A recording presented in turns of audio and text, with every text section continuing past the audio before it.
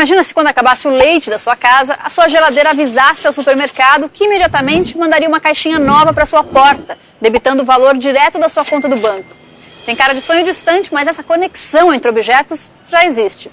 No programa de hoje, a gente vai mostrar como é que a chamada internet das coisas, que no Brasil já conecta quase 150 milhões de objetos e movimenta 4 bilhões de dólares ao ano, vai impactar ainda mais o nosso dia a dia.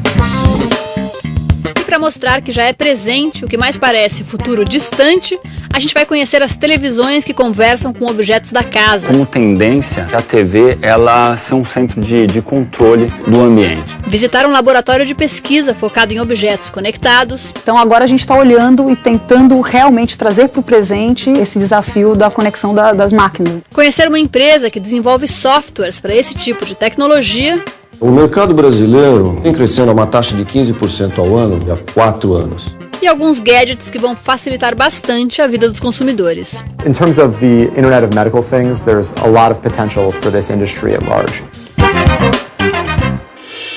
O Mundo S.A. começa agora.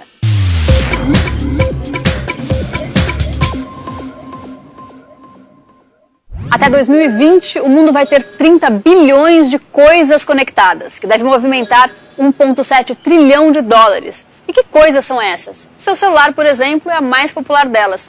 Com ele você se conecta a outras pessoas, a sites, a aplicativos, mas muitos outros objetos já podem fazer as mesmas coisas que o seu telefone.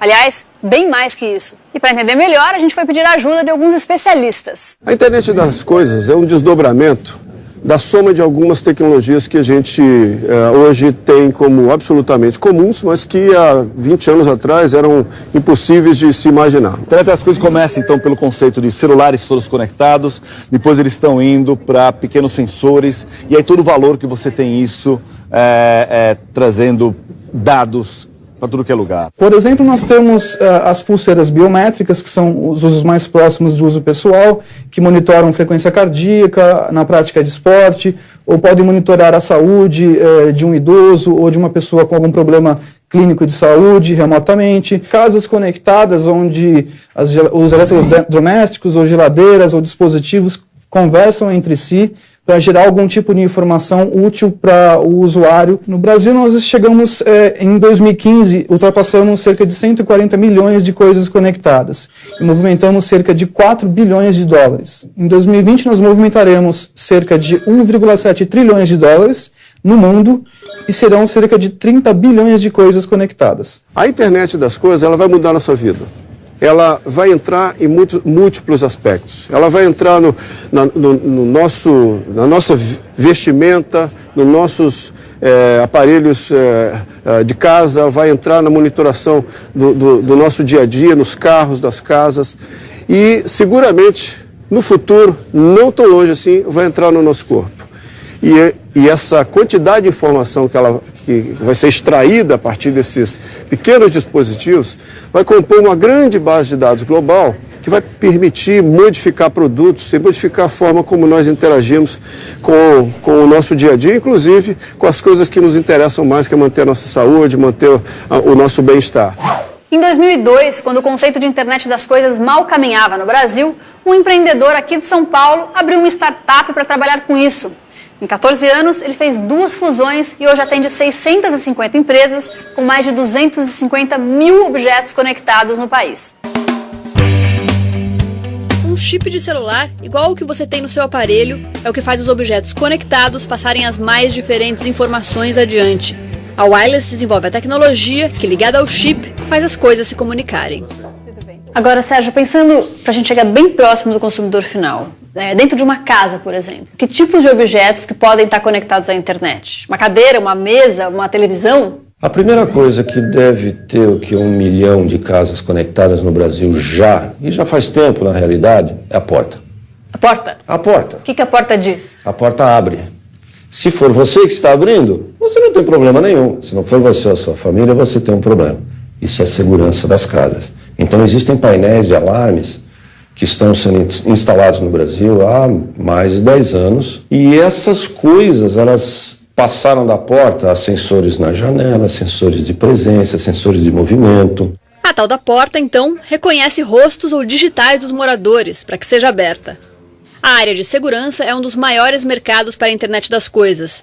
Em segundo lugar, vem a conexão de veículos. E a empresa também trabalha com isso. Esses veículos são conectados coletando informações de localização, de condução, de performance e são enviadas para centrais para vários tipos de aplicações diferentes. Eu quero saber se a minha mulher está segura, se ela não foi sequestrada. Se ela foi sequestrada, eu tenho como saber onde ela está. Você vai até o outro extremo, então você tem pedidos farmacêuticos, por exemplo, é uma mercadoria de altíssimo valor agregado, que tem que ser distribuído em farmácias na cidade de São Paulo. Então você tem sistemas que já roteirizam os veículos e garantem que eles vão passar por esses pontos de forma segura. Existem centrais acompanhando os veículos também. Nos últimos 3 anos, a Wireless cresceu em média 60% ao ano e espera faturar mais de 12 milhões de dólares em 2016. Agora, quando a gente fala de internet das coisas, a gente está falando de um nível de intromissão na vida das pessoas enorme, né? Tudo em nossa volta vai começar a colher dados sobre a gente. Qual que é o limite ético desses produtos? O que nós procuramos fazer é proteger essas informações de forma que elas sejam utilizadas de forma ética. Uma das formas para você fazer isso, que as empresas costumam fazer, é tirar a identidade dos usuários e tratar isso de forma massificada. Onde que você acha que a gente pode chegar? Para onde a gente está andando? Quais são os limites da internet das coisas? É uma boa pergunta. A nossa vida vai mudar muito por causa disso. Eu diria mais por causa da inteligência das coisas, da forma como elas se comunicam. Um pouco assustador, né? É bastante assustador. Qual é o conselho que a gente dá para as crianças? Estudem. Porque o que vai ter valor é a capacidade humana de fazer conexões, como nós estamos fazendo agora, e a capacidade humana de criar, de compreender. Será que as máquinas não vão aprender isso também? Elas podem, mas não sei se a gente vai gostar do que elas criarem. Eu ainda prefiro a música feita pelos humanos.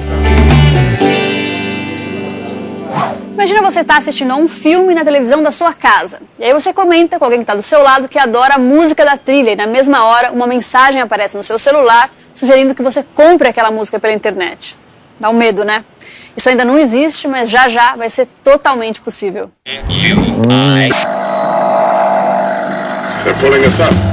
Foi-se o tempo em que as televisões eram apenas televisões. Hoje, você baixa aplicativos da internet e assiste ao que quiser, na hora em que quiser. É o chamado conteúdo on demand, que chega na sua casa pelo aparelho de televisão, mas a partir de aplicativos. E já são mais de 700 aplicativos disponíveis no mercado. E muitos deles vão bem além de oferecer conteúdo ao consumidor. Marcelo, a gente está vendo cada vez mais a internet das coisas entrar nas nossas casas. O que hoje em dia uma simples televisão é capaz de fazer? É até difícil falar, porque a gente tem a televisão realmente é um centro de entretenimento. Agora, né? Vai além do entretenimento. Hoje em dia a televisão já consegue se conectar, por exemplo, com outros objetos da casa. Sem dúvida nenhuma. O lançamento do celular, dos smartphones, ele mudou totalmente a indústria. E aí eu não digo não só a TV, como todos os produtos. Hoje a Sony não lança um produto que não tem alguma tecnologias de Bluetooth, Wi-Fi e conexão entre os demais produtos. Entre DVDs, caixas de som, Bluetooth e outros, a empresa, que teve faturamento global de 71,7 milhões de dólares em 2015, já tem mais de 8 milhões de aparelhos conectados na América Latina. E a TV é o principal deles. Hoje a gente já vê sinais claros como tendência, realmente a TV, ela ser um centro de controle do ambiente. Traduzindo, com um simples comando de voz, a sua televisão vai poder fechar as cortinas da casa e deixar as luzes apagadinhas para você assistir a um filme romântico. E há quem diga que alguns televisores do mercado já ouvem o que o público fala na sala, mesmo sem ninguém ter apertado o botão do comando de voz. Mas pode isso? No nosso centro de desenvolvimento em Tóquio, a gente já tem muitas discussões a esse respeito. Tem uma discussão ética, inclusive, né? Inclusive. E até por essas discussões, a Sony entende, no momento, como solução a escolha do consumidor. Então, é somente quando ele apertar o botão que está valendo por enquanto. Os comentários, por enquanto. Agora, muitas marcas, quando começam a lançar vários produtos diferentes, optam por ter uma tecnologia única que só com essa tecnologia você consegue conectar todos esses aparelhos. Vocês optaram por ter uma tecnologia do Android. Vocês conseguem se conectar a aparelhos diversos que não são só da Sony. Por que vocês tomaram essa decisão e como é que ela funciona na prática? as nossas pesquisas mostram que mais de 80% já dos smartphones eles funcionam na plataforma Android. Isso é muito importante para a Sony porque ela entende, ela tem a maneira com que ela olha para o mercado é que o consumidor ele quer cada vez mais liberdade. Então, o fato da gente desenvolver um aplicativo que seja muito mais voltado para o consumidor, a gente oferece muito mais oportunidades para os desenvolvedores de conteúdo trazerem aplicativos novos para dentro das TVs. Isso faz com que o consumidor ele busque mais TVs, porque lá ele encontra uma usabilidade maior e muito mais oportunidades de conteúdo. E quanto mais televisores vendidos, mais a empresa cresce. Hoje, 90% dos modelos da marca já tem a tecnologia de conexão entre aparelhos. O preço de entrada é de R$ 4.999, mas ele pode chegar a até mais de R$ 15 mil.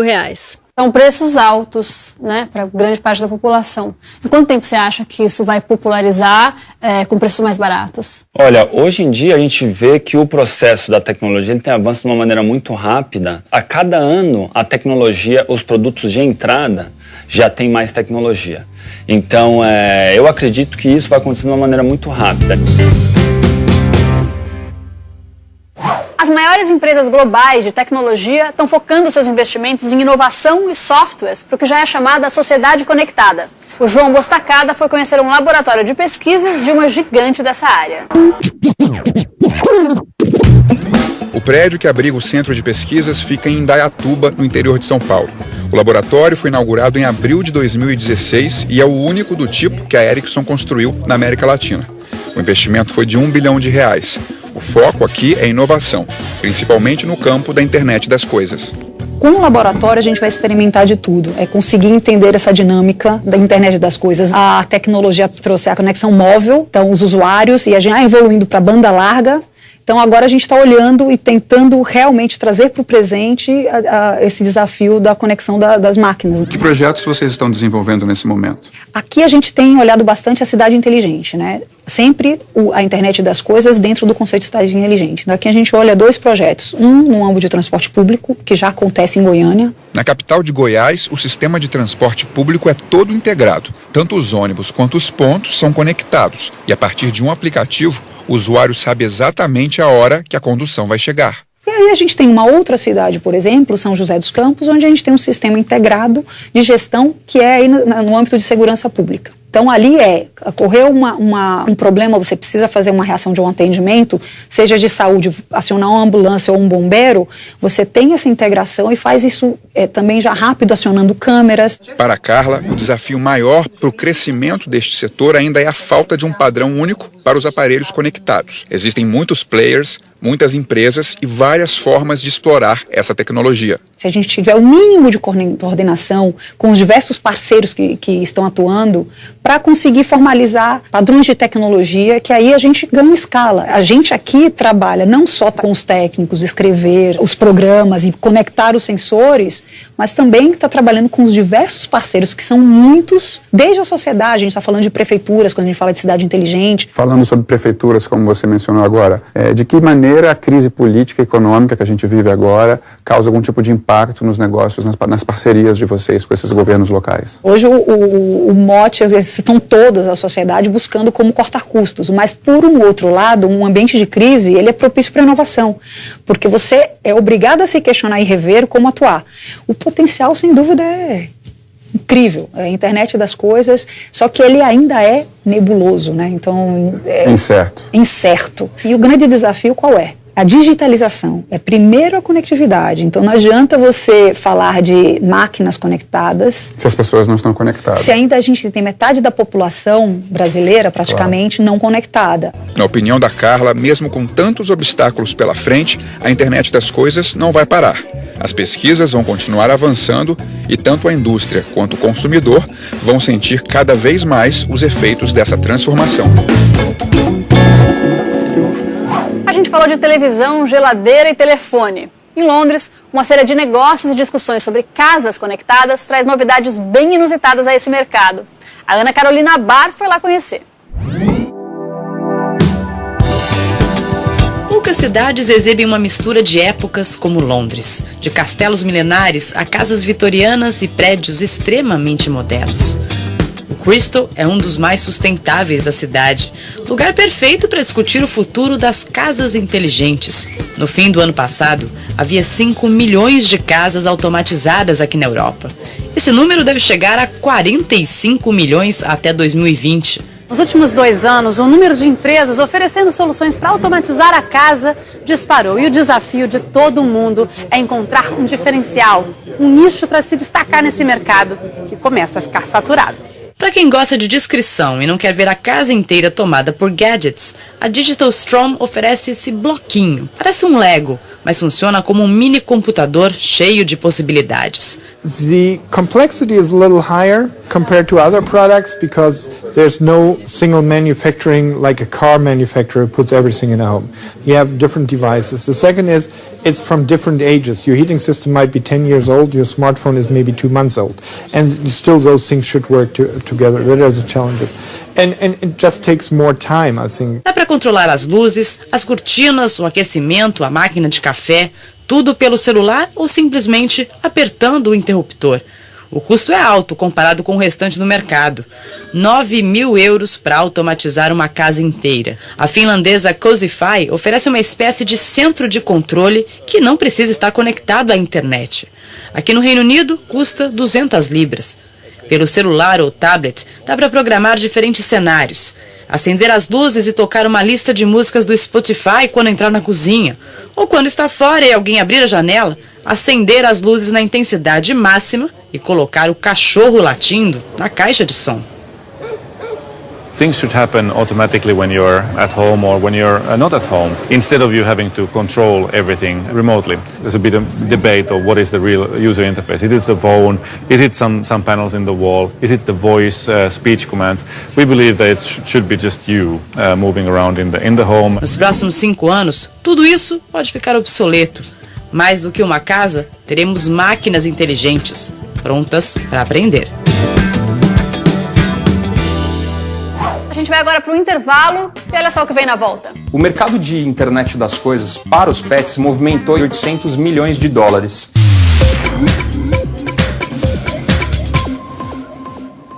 O Mundo S.A. de hoje desvenda a chamada internet das coisas, traduzindo os objetos conectados. A medicina é outra área que começa a se beneficiar dessa tecnologia. Lá em Nova York, a Carolina Cimenti foi conhecer os criadores de mais um sonho de consumo. Uma caixinha de remédios que te lembra de tomar as pílulas na hora certa do dia.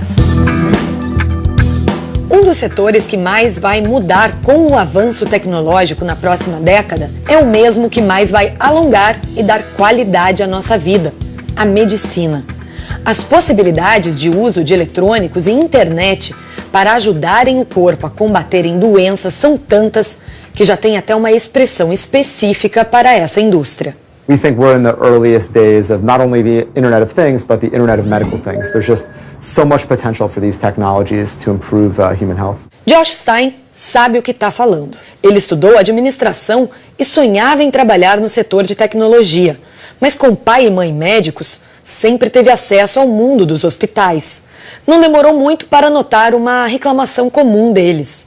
Muitos pacientes simplesmente esquecem de tomar os remédios e acabam abandonando o tratamento. It's an enormous problem in the US each year. $300 billion in losses are attributed to the issue of patients not taking their medication. 125,000 premature deaths as well. So it's just an enormous problem in size and scope. E o problema não é só para os pacientes. O custo dessa decisão atinge virtualmente todo mundo. Conforme os doentes abandonam o tratamento, o fluxo de pacientes nas emergências hospitalares aumenta em 17%. Foi pensando nisso que Josh e os sócios dele desenvolveram uma embalagem de remédios que chama a atenção do paciente quando ele esquece de tomar uma dose. Inside of this bottle, you'd find the same technology that you'd find inside of any standard cell phone. It just means that no matter where this bottle goes, literally anywhere around the globe, it's sending us data 24/7 in real time. Just streams of data telling us when and if patients have taken their meds. If the system notices a discrepancy, the bottle can light up, the bottle can play a song, we can do text messages, phone calls, and even more than that as well. Josh começou a desenvolver o produto em 2011. Desde então, já investiu 2,5 milhões de dólares em tecnologia. Segundo o jornal Financial Times, em 2014 a empresa recebeu 2,4 milhões de dólares de investidores externos. Os sócios afirmam que desde que foi criada a empresa, a receita cresce cerca de 300% ao ano. In terms of the Internet of Medical Things, there's a lot of potential for this industry at large. What we like to say is, the human body, it gives off billions of data points each day. And really none of these are being collected today. So there are lots of amazing technologies that are out there. A embalagem ainda não está sendo comercializada, mas já está sendo testada nesse hospital aqui em Nova York por 35 pacientes que têm HIV. A médica responsável pelo teste diz que os resultados finais ainda não estão disponíveis, mas já nota uma melhora no tratamento. They have an ideal time when they want to take their medications, which is not realistic for their lifestyle. So they may say, I'm going to take my medications at 7 a.m. every morning, but they often don't wake up till 9 a.m. And then they completely forget to take their medications. And the majority of people on this study don't have a reminder system. O custo é parecido com o de um telefone celular simples, mais uma mensalidade baratinha. Mas não é o paciente que vai ter que botar a mão no bolso. Patients don't pay for this. What we do is we partner with healthcare companies. Faz sentido. Quanto menos doses os pacientes esquecerem, mais remédios as empresas farmacêuticas vão vender. O Brasil tem a segunda maior população de pets do mundo, só fica atrás dos Estados Unidos. E para ninguém correr o risco de perder o seu por aí, uma empresa criou um rastreador que, a partir de um aplicativo, mostra onde seu animal de estimação está. O Thiago é um dos sócios da Mark Systems, uma empresa de tecnologia que tem investido no segmento de dispositivos ligados à internet das coisas. De olho no mercado pet, ele desenvolveu um rastreador para resolver um problema identificado nos equipamentos já existentes. Olhando as opções de mercado, nós vimos que existem outros produtos, principalmente fora do Brasil, mas são produtos grandes e pesados. Nós acabamos desenvolvendo um produto com tecnologia nacional que está sendo fabricado aqui no Brasil, que ele é focado tanto para cachorros e gatos, mas num tamanho bem reduzido. Tá, o aparelho é pequeno, mas como ele funciona? O produto, ele tem a função hoje de um mini rastreador, como se fosse um rastreador de veículos. Você coloca na coleira do pet, esse dispositivo, ele coleta informações de localização de satélite e comportamento de atividade física do pet. Essas informações, elas são transmitidas para a nuvem e você consegue acessar via o aplicativo. O modelo de comercialização é por adesão. O cliente adquire o aparelho por R$ 479 e paga uma mensalidade a partir de R$ 39,90, que inclui, além do serviço de localização, descontos em pet shops, até parcerias com plano de saúde para os bichinhos. E para mostrar como o gadget funciona na prática, a gente vai levar a Millie, a mascote, aqui, para dar uma voltinha na Avenida Paulista. Enquanto a gente está andando aqui, lá em cima na sede, a gente consegue ver o trajeto que ela fez, né? Exatamente. Tudo online, via computador, tablet ou smartphone. O mercado de internet das coisas para os pets movimentou em 2014 algo em torno de 800 milhões de dólares. E a expectativa é que até 2020 esse número venha a triplicar em questões de faturamento. A Mark Systems hoje, ela já está vendendo o produto, né, direto no site. E agora a gente está assinando um contrato com uma grande operadora que deve consumir até o final de 2016, início de 2017, algo em torno de 20 mil dispositivos. Então é um indicador que existe uma demanda, porque 20 mil produtos num mercado de 44 milhões de pets ainda é um percentual muito pequeno. Me desculpem a intimidade, mas eu vou usar uma frase do meu pai para fechar esse episódio. Depois de assistir a muitos programas, ele me ligou e disse: filha, esse mundo SA é assustador. E ele tem razão. Todas essas inovações que a gente fala aqui são mesmo assustadoras, e o programa de hoje eu acho que é o mais assustador que a gente já fez, porque a tecnologia está andando cada vez mais rápido. Mas é muito legal também observar quantos negócios e mercados muito bem-vindos estão aparecendo justamente por causa dela. O Mundo SA de hoje fica por aqui, a gente volta na próxima semana com mais histórias de mercados e empresas que viraram tendência. Tchau!